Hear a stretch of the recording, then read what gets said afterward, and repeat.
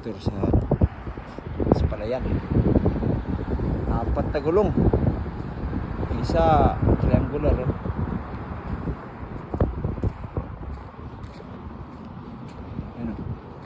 Ano to, yung parang gilingan ba?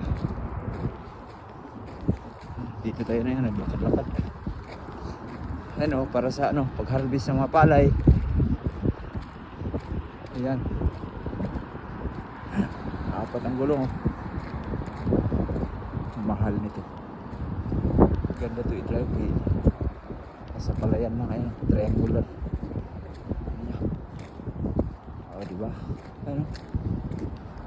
Lalaki ng mga farm equipment.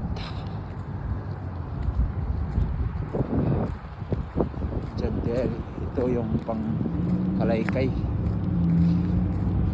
Ito naman yung pang harvest ng ano,